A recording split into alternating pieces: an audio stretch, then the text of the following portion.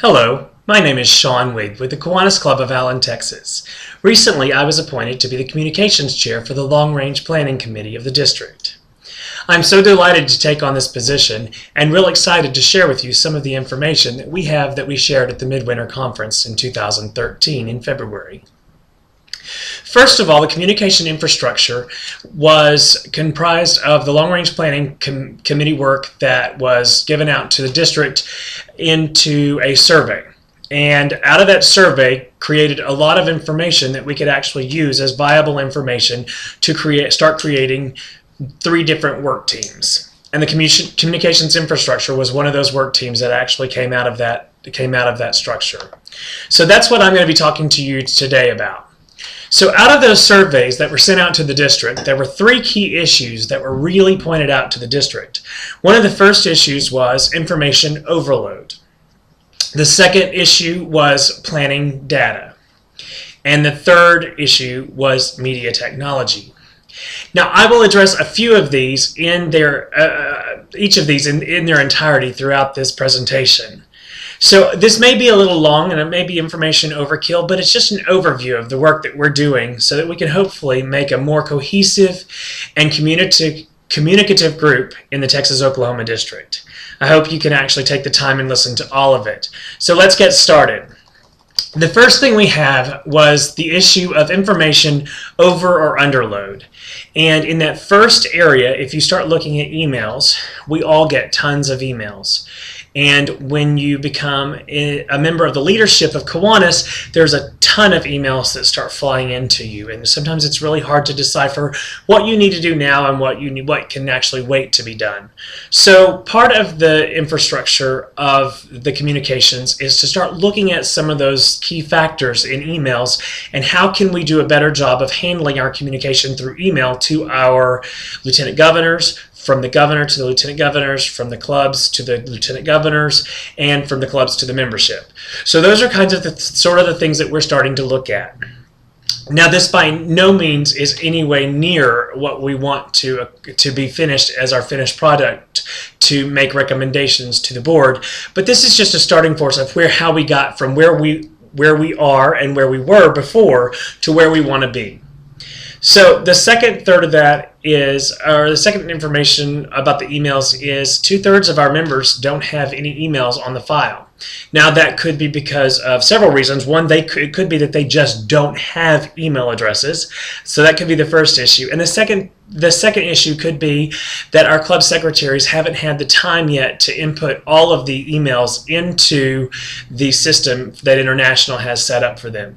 So we are currently working with the secretaries and the club presidents to make sure that that information is uploaded correctly and in a timely manner so that we can actually see where our deficiency is in that area. Another area that we found an issue in was the website. We got lots of feedback on the website, some good, that it's the best website we've ever had, which is great, but also we got other feedback that we're not so proud of, but we're working towards a resolution. We were told that the website is difficult to navigate and you cannot find the needed information as you need it. We were also told that there's mixed messages for different audiences. And we were also told that it's difficult to maintain and update. So because of those issues, we're actually looking into the website and how can we make a more cohesive website that can be more user-friendly and more accessible to members and even to the general public.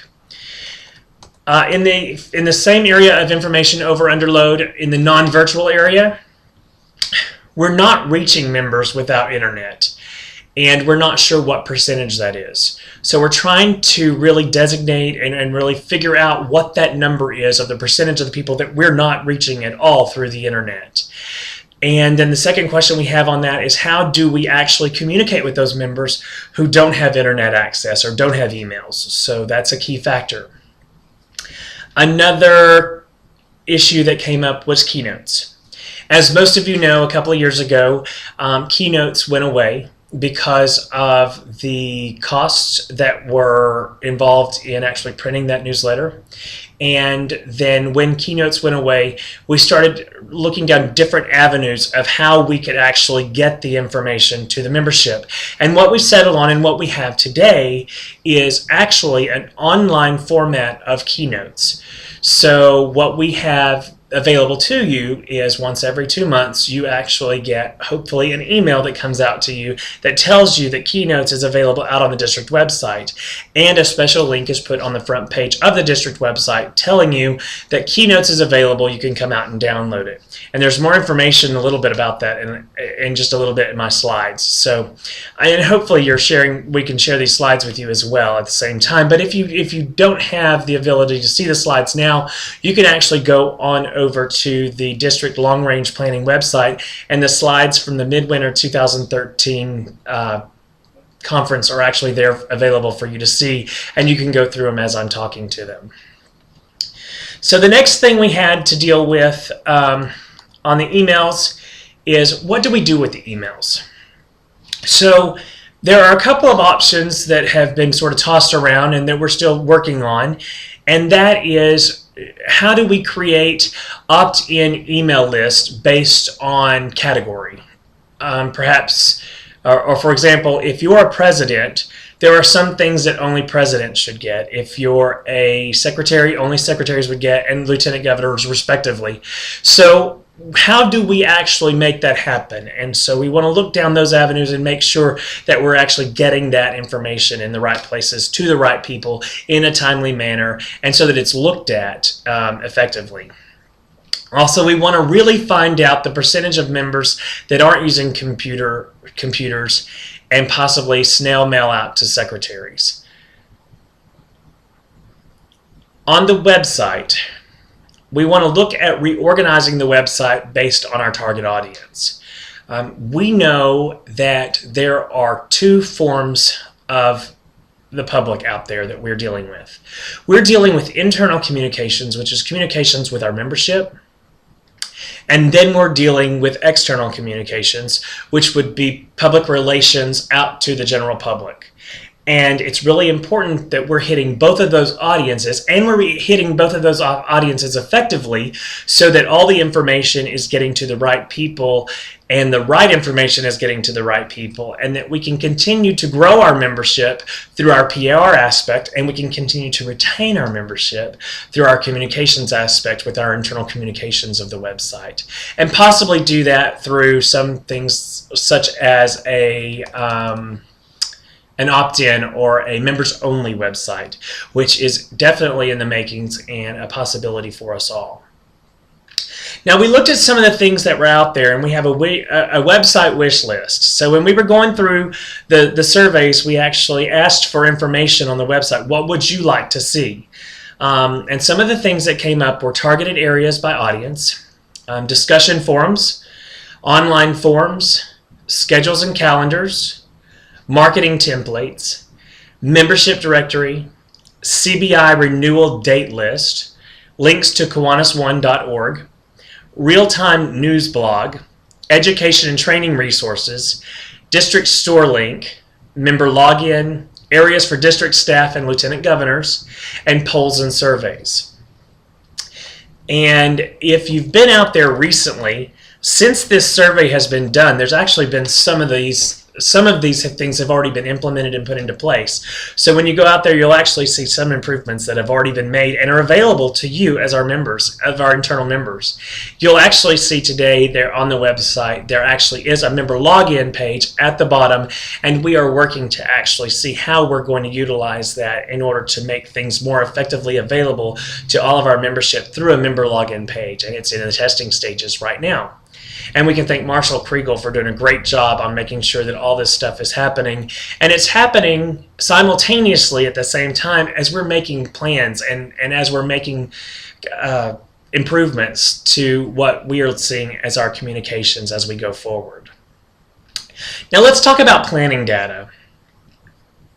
When you look at our website is averaging about 30 to 40 visits per day.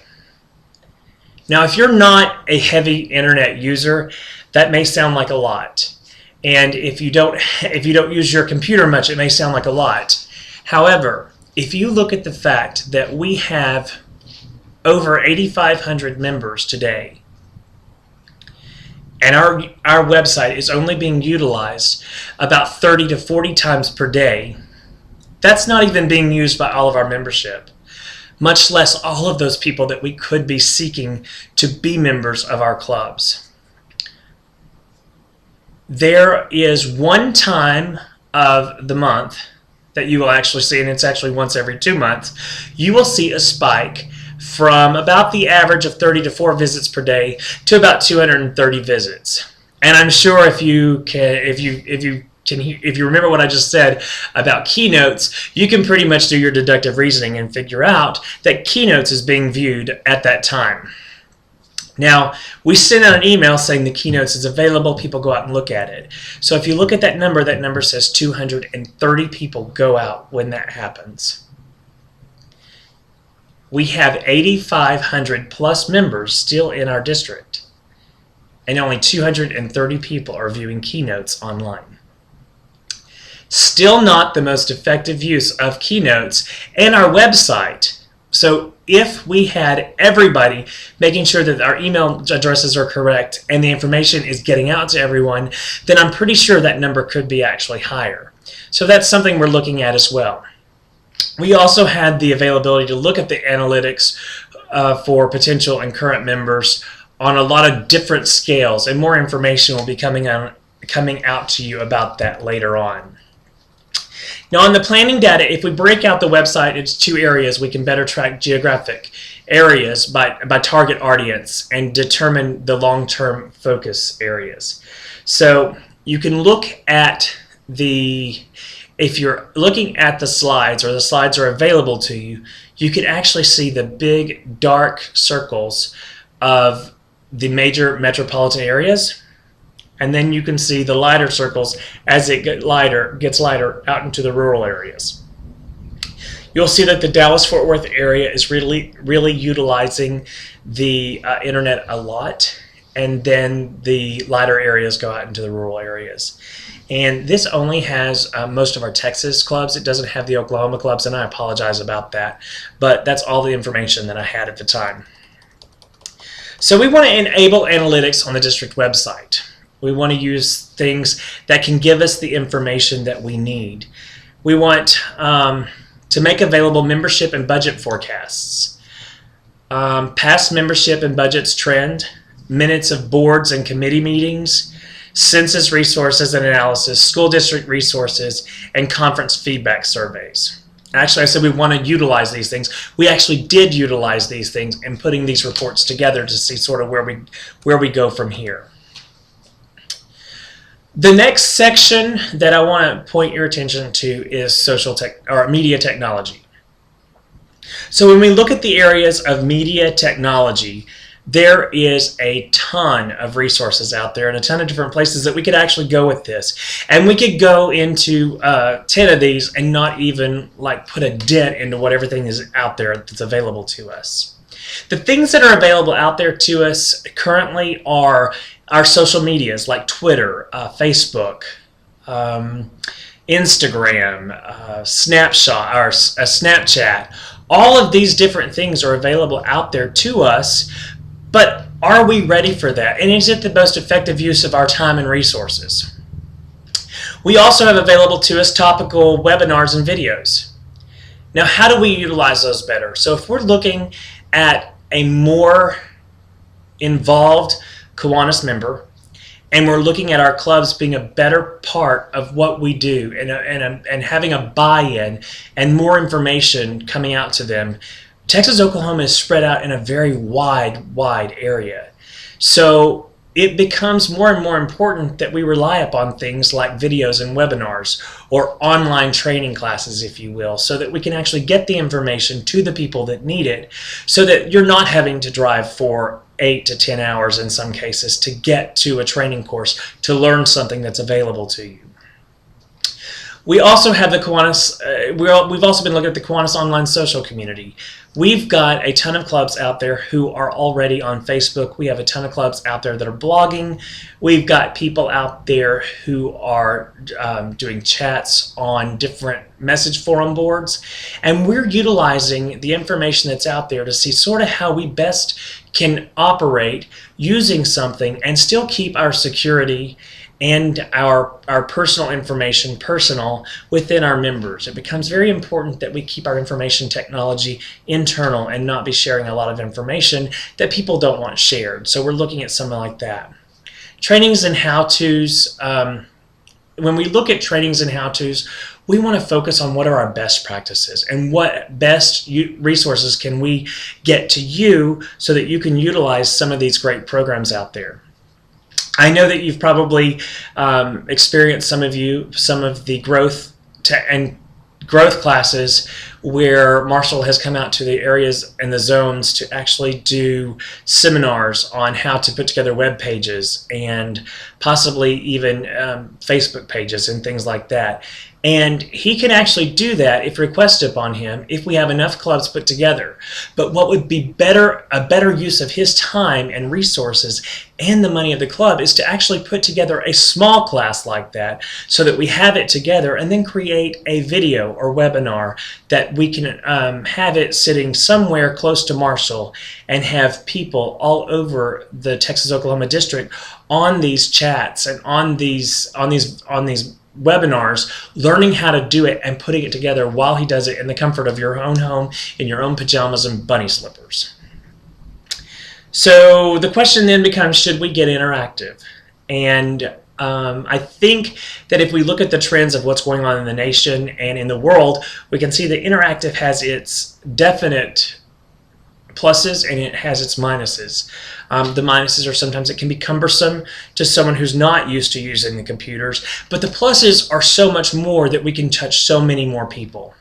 For example, Marshall is only one man, and he does have a team of technology, the Geek Squad, the Texas-Oklahoma District Geek Squad, but there's still a limited number of resources that are available there.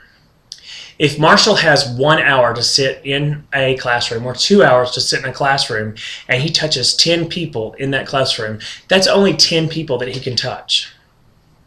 If we get interactive and we have these classes on Skype and on all of the different webinars and training videos and things like that, the amount of people that we can touch in our district becomes limitless and it becomes timely. So if you need something, it's a click and play whenever you need to do it. So at 3 a.m., if you can't sleep, you go to your video and say, you know what, I think I'm going to create my club Facebook page. And right now I have the time to do it. And you click the video that says create my Facebook page, and Marshall comes up on a video and walks you step by step on exactly how to do that club video or the club Facebook page, and it becomes simple and easy. And then at the end of the night, once you're done, or possibly the next day, because it can get kind of fun and exciting and you lose track of time. But at the end of that day, if you have questions, then Marshall's phone number and email address are available. And it's easier to contact Marshall or the Geek Squad by email. And if you have a specific question, he can try to walk you through it by email. And if not, he can contact you and it can all be resolved. But you've already done most of the work, so it's not as cumbersome for you. And you understand a little bit more of what he's talking about when you're walking through the process. So it can be pretty innovative and it can be pretty exciting that we can touch more and more people and become a more cohesive, communicative group through webinars and video trainings. So that's a pretty exciting thing for us as we're looking for growth in our Texas-Oklahoma district. Other considerations is the communication by leadership, communication at conferences and conventions, speaking and writing skill development, and technology training. So I've talked a little bit about the technology training and how that can be sort of utilized and put into play for the whole entire district. So let's talk a little bit about the communication by the leadership. We have a tendency to believe that all of our communication comes from the top down, but we have a responsibility from our club levels and from our membership, from our members, to communicate from the bottom up. And so what we want to look at is how do we better utilize all of the resources that are out there available to us so that we can create this wonderful two-way communication line where communication flows up and down both ways with as much information as possible, giving everybody the chance to have their voice heard in the whole scheme of things.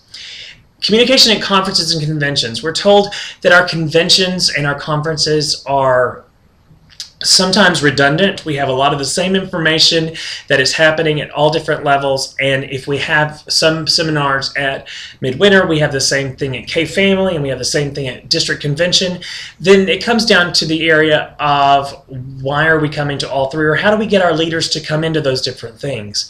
And so issues are being addressed on those things that maybe we can create videos and stuff like that so that we're making sure that information gets out and we can have more effective training classes or more exciting things for growth and benefiting the members who might want to come to these conferences or who we hope will want to come to these conferences on a regular basis.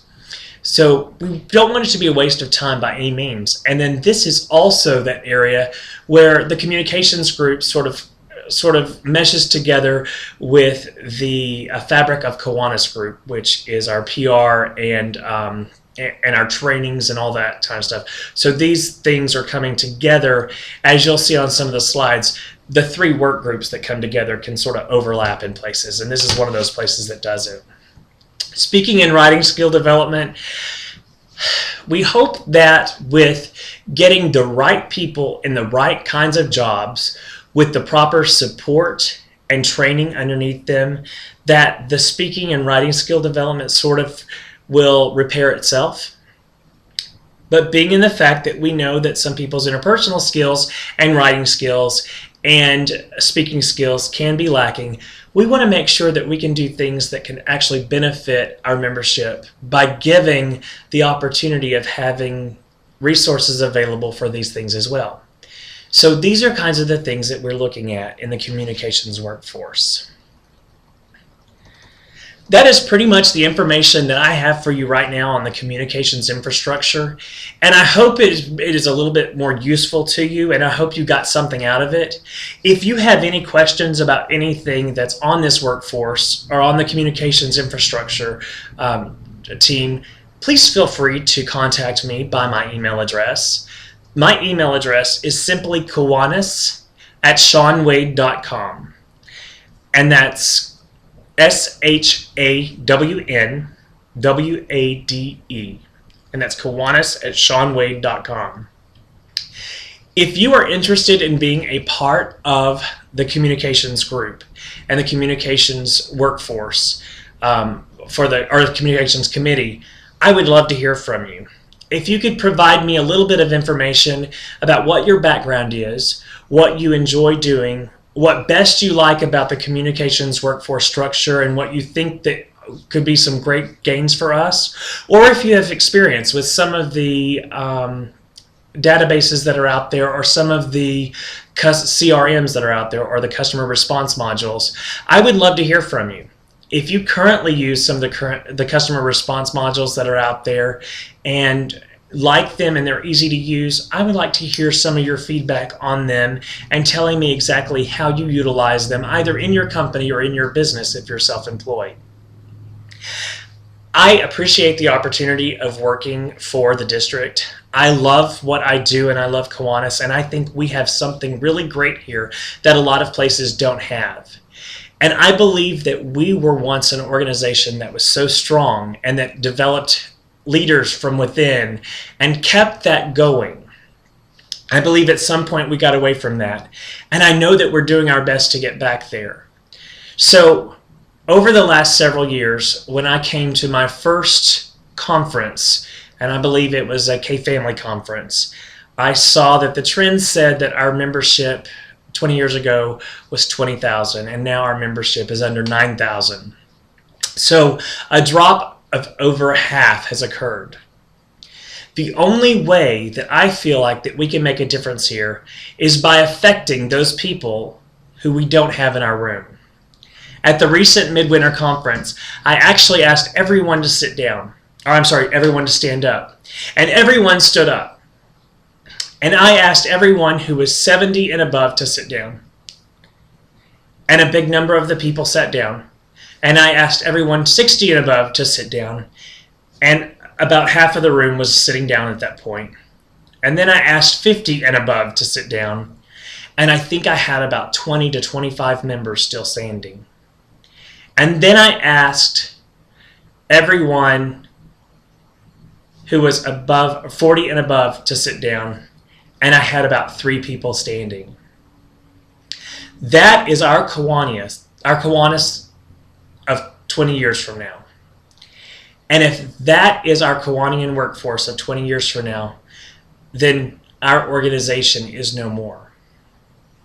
I believe that we make a difference. I believe that we can change this. And I believe that if we do the right things to make our meetings a lot more meaningful and make our district conventions a lot more exciting and our Midwinter and K family more exciting, and perhaps we don't have one of those, but maybe we have smaller meetings that are in different areas. But I believe that if we make changes that can actually get into our midst a lot of our younger generation with the kids who we are trying to support and serve, I believe that we are alive and well. And I think Kiwanis is an incredible organization. Thank you so much, and have a great day.